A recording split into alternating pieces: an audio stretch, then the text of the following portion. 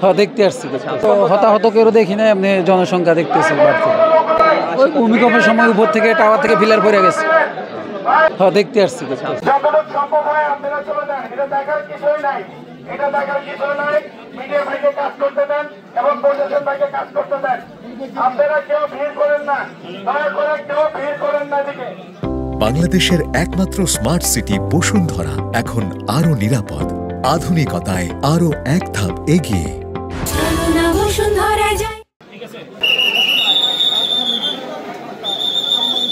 সৃষ্টি করবেন না, এদিকে অনেক দেয়াল আছে ঝুঁকিপূর্ণ, আমরা চিহ্নিত করতে পারতেছি না।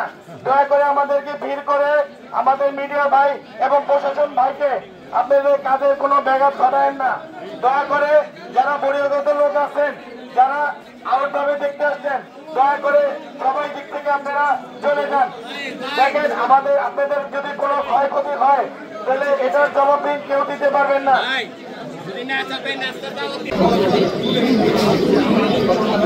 মরণ জীবিত আল্লাহ পাকে হাতে ভাই, হাঁটা পলে গেছে এটা আল্লাহ পাকে ধরে। আমরা তো আমি যখন করতাম আজকে কি জন্য জানতাম আজকে ভূমিকম্প আমার দোকানে সেই কাজটা হবে, তো আমি কাছে তখন করতাম, আমি আজকে বাসায় ঘুমে থাকতাম। এর কি বলতে পারে না ভাই, যেমন আল্লাহ পাকে ইচ্ছা এখন একটা অ্যাকশন হয়েছে।